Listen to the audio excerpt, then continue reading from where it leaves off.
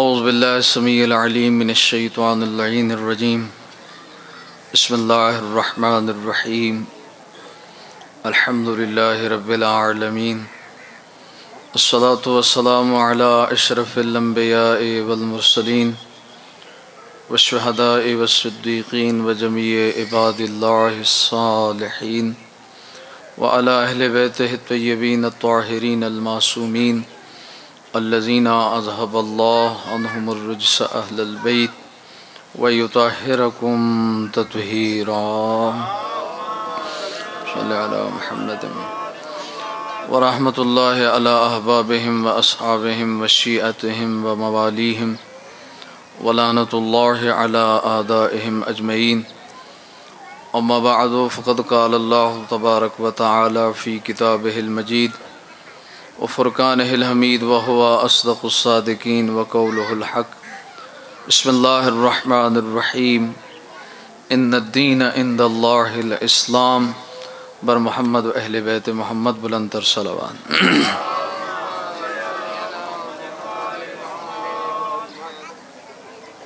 خداوند قدوس آپ کی اس عبادت کو اپنی بارگاہ میں منظور و قبول فرمائے اور اس عبادت کا ثواب کثیر عطا فرمائے۔ میں نے کوئی اتنی لمبی چوڑی گفتگو نہیں کرنی، اور میرے لیے یہ فخر کی بات ہے کہ میرے استاد بزرگوار تشریف رکھتے ہیں، ان کے سامنے انہی کے پڑھائے ہوئے چند کلمات آپ کے سامنے پیش کرنے کی سعادت حاصل کروں گا۔ اگر آپ یہ چند افراد جو تشریف رکھتے ہیں، اگر آپ چاہتے ہیں آپ سننا، تو ایک بلند سے بلند تر صلوات پڑھیں۔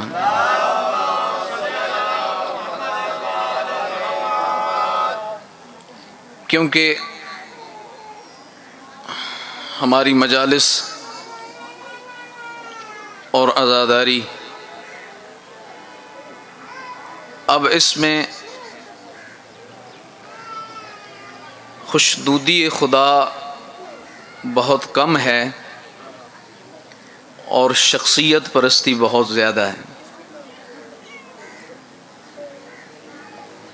اگر یہ ذاکرین کا جلسہ ہوتا تو بڑے بڑے اعتراض کیے جاتے کہ جی فلاں ذاکر اٹھا تو مجمع دوڑتا ہوا آیا، اور فلاں ذاکر جب پڑھنے لگا تو سارا مجمع جو ہے وہ چلا گیا۔ تو افسوس کی بات تو یہ ہے کہ ان میں سے وہ افراد بھی تھے کہ جو ابھی فریش ہو کر نماز پڑھی، کھانا کھایا، اب دوبارہ بار جانا اس بات کی دلیل ہے کہ شخصیت پرستی زیادہ ہے، اور اسلام شخصیات کو نہیں دیکھتا۔ میرے بعد بھی جو میرے استاد بزرگوار بیان کریں گے بہت بڑی اعلیٰ شخصیت ہیں، آپ کے سرزمین جنگ کا سہرا ہیں،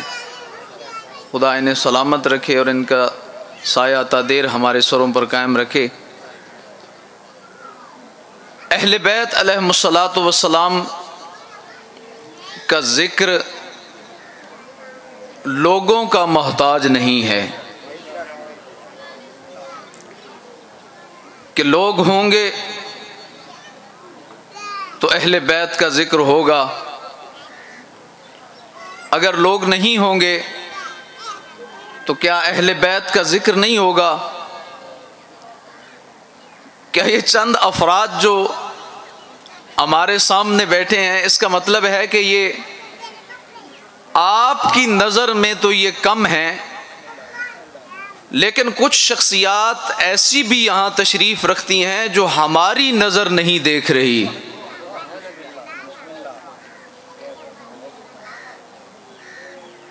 جو افراد اس مجلس میں ظاہری طور پر تشریف لاتے ہیں، ان میں ایسے بھی افراد ہوں گے جو زندگی میں کبھی جھوٹ بھی بول لیتے ہیں، کبھی غیبت بھی کر لیتے ہیں، کبھی چغلی بھی کھا لیتے ہیں، برائی بھی کرتے ہیں، اچھائی بھی کرتے ہیں، لیکن وہ مخلوق جو ذکر خدا اور ذکر مصطفیٰ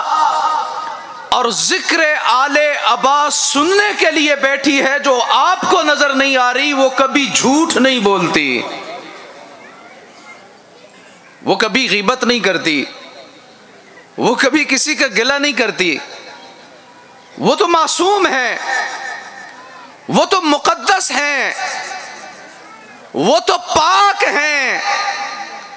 جن کی طہارت کی گواہی قرآن نے دی ہے،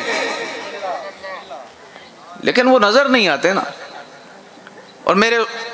استاد بزرگوار ایک حسین جملہ ایک مجلس میں ارشاد فرما رہے تھے کہ ان مجلسوں کے اندر یہ جو ہم کہتے ہیں، اور کبھی کبھی بڑے بڑے بانی اور بڑے بڑے جلسہ کروانے والے اور بڑے بڑے منتظم اعلیٰ وہ کہتے ہوئے نظر آتے ہیں، اگر ہم نہ ہوتے تو یہ جلسہ نہ ہوتا، اگر ہم نہ ہوتے تو یہ مجلس نہ ہوتی، اگر ہم نہ ہوتے تو یہ سسٹم اور نظام نہ چلتا۔ میں کہتا ہوں اگر تم نہ ہوتے، تم نہ ہوگے، خدا کی قسم تم نہ تھے،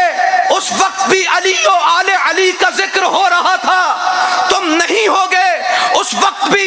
علی اور اولاد علی کا ذکر ہوتا رہے گا۔ علی اور اولاد علی کا ذکر نہ کل تیرا محتاج تھا، نہ آج تیرا محتاج ہے، نہ قیامت کے دن تک تیرا محتاج رہے گا۔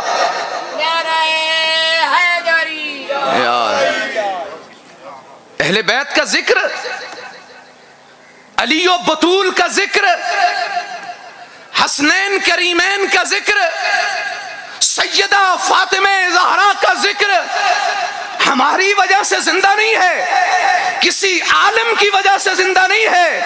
کسی ذاکر کی وجہ سے زندہ نہیں ہے۔ میں کہا کرتا ہوں کہ اے علماء کرام، اپنی علمی ابحاث سے حسنین کریمین کا ذکر کرنے والوں، خدا کی قسم تم نہ تھے، تم ممبروں کے اوپر اے ذاکرین کرام تم نہ تھے، تب بھی فاطمہ کے بچوں کا ذکر ہو رہا تھا، تم نہیں ہوگے، تب بھی زہرا کے بچوں کا ذکر ہو رہا ہے اور ہوتا رہے گا، اس لیے کہ یہ ذکر لوگوں کا محتاج نہیں ہے، یہ ذکر ان افراد کا محتاج نہیں ہے، اس ذکر میں فقط تم نہیں آتے، بلکہ وہ مقدس فرشتے ان مقدس مقامات کو چھوڑ کر وہاں آتے ہیں جہاں ذکر خدا، ذکر مرتضی، ذکر آل عبا ہوتا ہے، اور جب یہاں سے جاتے ہیں تو ایسے نہیں جاتے بلکہ اپنے بدن میں ایک نئی خوشبو لے کر جاتے ہیں۔ نہیں وہ فرشتے، پتہ چلا کہ جو بھی اس محفل میں آتا ہے، جو بھی مجلس حسین میں آتا ہے، اور ہمارے بزرگان کا بہت ہی قیمتی جملہ ہے کہ آج تک آپ نے نہیں سنا ہوگا کہ آدم کی مجلس، یہ نوح کی محفل، یہ ابراہیم کی مجلس، یہ اسماعیل کی مجلس، یہ موسیٰ کلیم اللہ کی مجلس، یہ عیسیٰ روح اللہ کی مجلس، آج تک نہیں سنا ہوگا کہ یہ فلاں نبی کی محفل ہے، اگر ملے گی تو یہ محفل مصطفیٰ ملے گی، یہ محفل مرتضیٰ ملے گی، یہ محفل حسنین ملے گی۔ حسن مجتبیٰ کا ذکر جس محفل میں ہوتا ہے اس کو مجلس حسین کہتے ہیں۔ پہچانو مجلس حسین کو جس میں آدم کا بھی ذکر ہو، جس میں نوح کا بھی ذکر ہو، جس میں ابراہیم کا بھی ذکر ہو، جس میں عیسیٰ کا بھی ذکر ہو، جس میں 1,24,000 انبیاء کے تذکرے ہوں، اس مجلس کو مجلس حسین کہتے ہیں۔ یار اس لیے کہ فقط یہ گناہگار لوگ،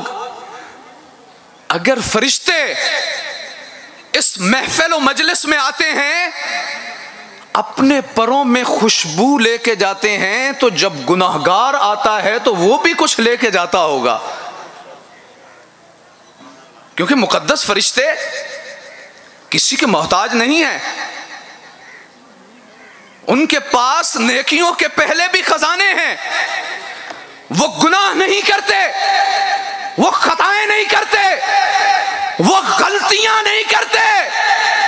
تو جن کے ذمہ پہلے بھی غلطیاں اور گناہ نہیں ہیں وہ اس محفل سے خوشبو لے کے جاتے ہیں، تو جب کوئی گناہگار اس محفل میں آتا ہوگا تو میرا تو ایمان ہے اپنے استاد بزرگوار کے سامنے، میرا تو ایمان ہے کہ جب آتا ہوگا تو غیبت بھی کرتا ہوا، جھوٹ بولتا ہوگا، دنیا کے تمام برائیاں کرتا ہوگا، لیکن جو آتا ہے مجلس حسین میں اور سنتا ہے کہ یہ تو سچوں کی محفل ہے، یہ تو سچوں کا ذکر ہے، یہ تو سچوں کی باتیں ہوتی ہیں، جو سر کو تو کٹوا دیتے ہیں، جو اپنے 72 تن تو سر سے جدا کرا دیتے ہیں، لیکن کبھی جھوٹ نہیں بولتے، یہاں سے سچا بن کے جاتا ہے، یہاں سے دنیا کی تمام برائیاں اور گناہ چھوڑ کر جاتا ہے۔ اگر فرشتے لے کے جاتے ہیں، اور ہمارے بزرگ بڑے آسان انداز سے بیان کر رہے تھے کہ فرشتے جو آتے ہیں وہ خوشبو لے کے جاتے ہیں، جب وہاں پہنچتے ہیں تو جنت کے فرشتے پوچھتے ہیں کہ یہ جو تم خوشبو آج جو تمہارے پروں میں یہ خوشبو آ رہی ہے، یہ آج سے پہلے جنت میں بھی نہیں تھی، یہ کہاں سے لی ہے؟ کہا ہم گئے تھے زمین پر جہاں پہ ہو رہا تھا ذکر حسین، اور حقیقت میں ذکر حسین نہیں، ذکر توحید ہو رہا تھا، ذکر مصطفیٰ ہو رہا تھا، ذکر مرتضیٰ ہو رہا تھا، ذکر سیدہ ہو رہا تھا، جہاں 5، 12، 14 کا، جہاں اللہ کی توحید کا، جہاں رب کی ربوبیت کا جہاں ذکر ہو رہا تھا، وہاں آئے اور اس ذکر کو سنا، اللہ نے اس ذکر کے بدلے میں ان کے پروں میں خوشبو پیدا کر دی، تو وہ فرشتے پوچھتے ہیں کیا وہ جگہ باقی ہے یا جگہ بھی ختم ہو گئی؟ لمبا کرنے کے لیے کہیں لمبا نہ ہو جاؤں چھوڑ رہا ہوں کہ مجلس ختم ہو گئی، صفیں لپیٹ دی گئیں، سٹیج اٹھا لیا گیا، کرسی کو اٹھا لیا گیا، علماء چلے گئے، ذاکرین چلے گئے، مومنین چلے گئے، کیا وہ جگہ بھی چلی گئی جہاں پر ذکر خدا ہو رہا تھا، جہاں پر ذکر مصطفیٰ و آل مصطفیٰ ہو رہا تھا، جہاں پر حسنین کریمین علیہم السلام کا ذکر ہو رہا تھا، کیا وہ جگہ بھی چلی گئی؟ وہ کہتے نہیں، وہ مقام باقی ہے، وہ جگہ باقی ہے۔ اب علماء فرماتے ہیں وہ آتے ہیں جو نہ آ سکے مجلس حسین میں، ذکر توحید میں، جو نہ آ سکے وہ آتے ہیں، اپنے پروں کو اس جگہ سے مس کرتے ہیں جہاں پہ ذکر خدا اور مصطفیٰ و آل مصطفیٰ ہو رہا تھا۔ وہ جب اپنے پروں کو مس کر کے وہ چلتے ہیں آسمانوں کی طرف، تو ویسی خوشبو لے کے جاتے ہیں جیسی ذکر سننے والے لے کر گئے تھے۔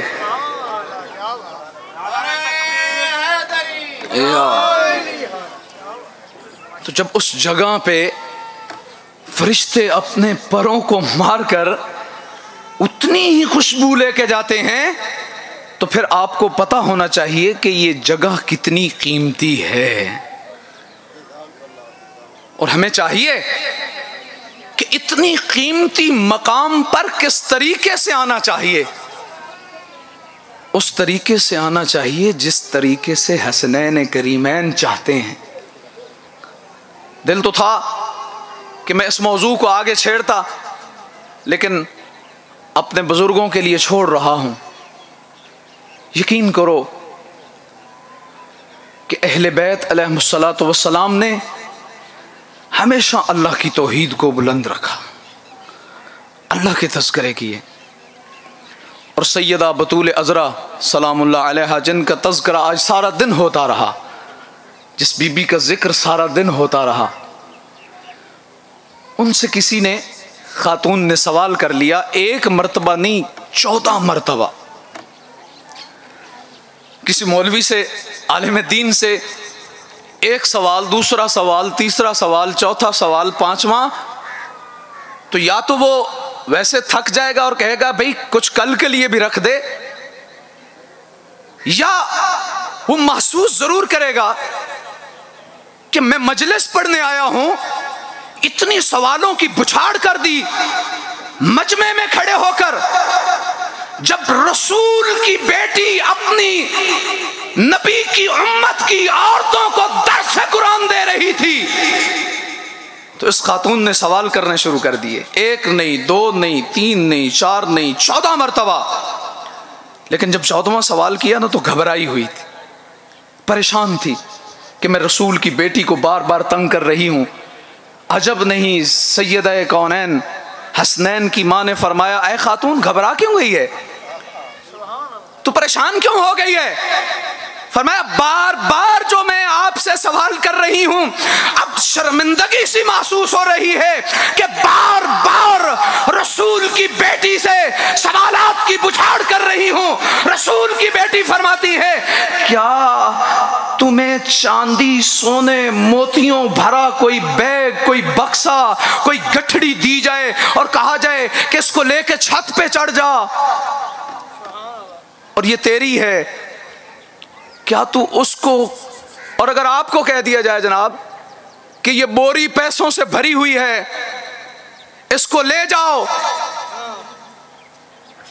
آپ خوش ہوں گے تا ناراض؟ تسی تو لگتا ناراض ہوئے بیٹھے ہو. آپ تو بڑی خوشی سے اپنے کندھے پہ اٹھائیں گے اتنا بڑا بوجھ، اور وہ بوری جتنی ہی بڑی کیوں نہ ہو اس کو بوجھ محسوس نہیں کریں گے. تو سیدہ نے فرمایا، اے خاتون جس طرح تم دنیا کے موتی اور قیمتی درہم و دینار کو قیمتی سمجھتی ہو، اسی طرح رسول کی بیٹی دین کی باتوں کو اس سے بھی زیادہ قیمتی سمجھتی ہیں.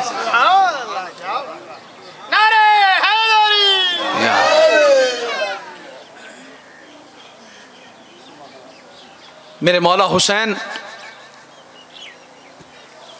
روایات میں یہی ملتا ہے اور ہم نے علماء سے بھی سنا کہ حسین ابن علی سے بڑا مظلوم کوئی نہیں. ذاکرین بھی بیان کرتے ہیں، علماء بھی بیان کرتے ہیں، کیونکہ میں بانی مجلس ہوں، میں تو اپنا نام اس لسٹ میں لکھوانے کے لیے صرف آیا تھا. علماء سے سنتے ہیں. ابھی عالم دین بیان کر رہے تھے کہ حسین ابن علی سے بڑا مظلوم کون ہو سکتا ہے، لیکن میں ہاتھ جوڑ کے کہوں گا کربلا کے والی مجھے معاف کرنا، آپ بڑے مظلوم سہی،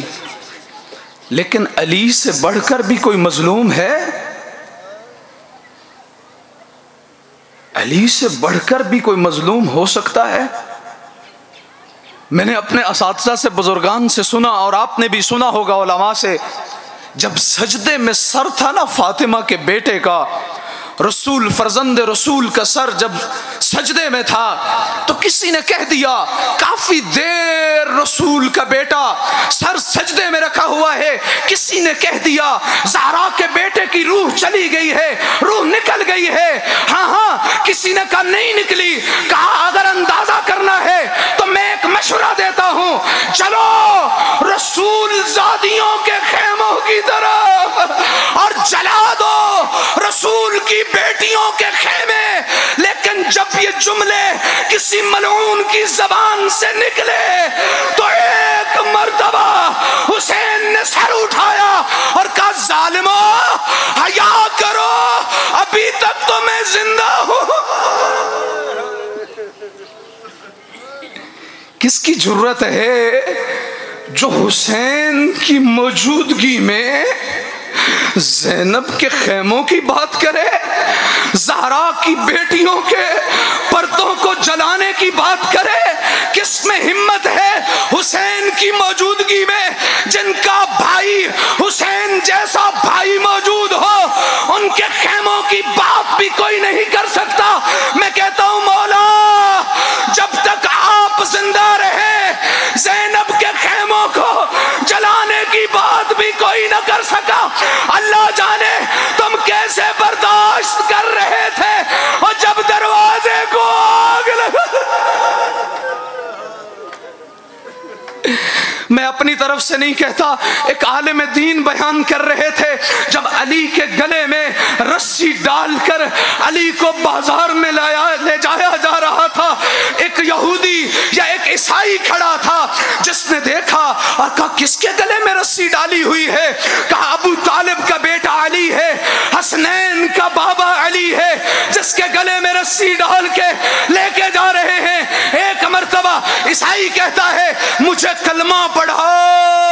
میں مسلمان ہونا چاہتا ہوں۔ ارے خیبر کا فاتح، خندق کا فاتح، حسین کا فاتح جس کے ہاتھ میں شاہ مردہ کی تلوار ہو، اگر وہ خاموشی سے جا رہا ہے اس کا مطلب یہ ہے کہ کوئی اسلام کا مسئلہ ہے، کوئی دین کا مسئلہ ہے جس کے لیے علی نے تلوار نے اللہ اکبر۔ یہ دین کو بچانے کے لیے علی جیسے بہادر نے اپنی تلوار کو نیام میں ڈال لیا۔ خدا را ہم بھی آج کہتے ہیں کہ آج بھی اسی دین کو خطرہ ہے، یہودیت سے، نصرانیت سے، نصیریت سے۔